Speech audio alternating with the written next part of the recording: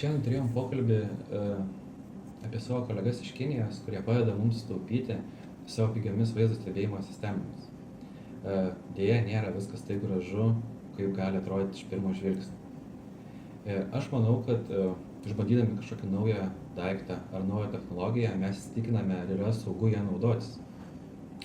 Kas liečia video sistemą, galima tikrai pastebėti, kad vaizdo stebėjimo kameros ir įrašymo įrenginiai iš Kinijos turi tam tikrų saugumo spragų, o kai kurios iš jų yra net ir įtrauktos į juodąjį sąrašą.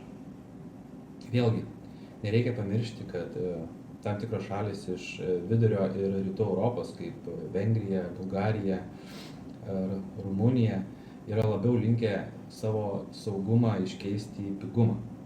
Būtent dėl to šitie straipsniai ir yra labai reikalingi, nes mano galva geriausia yra naudoti tai, kas nekelia abejonės. Rinkimės tas sistemas, kurios atitinka NDA reikalavimus, nes vis viena, svarbiausia yra jūsų saugumas. Rinkitės atsakingai.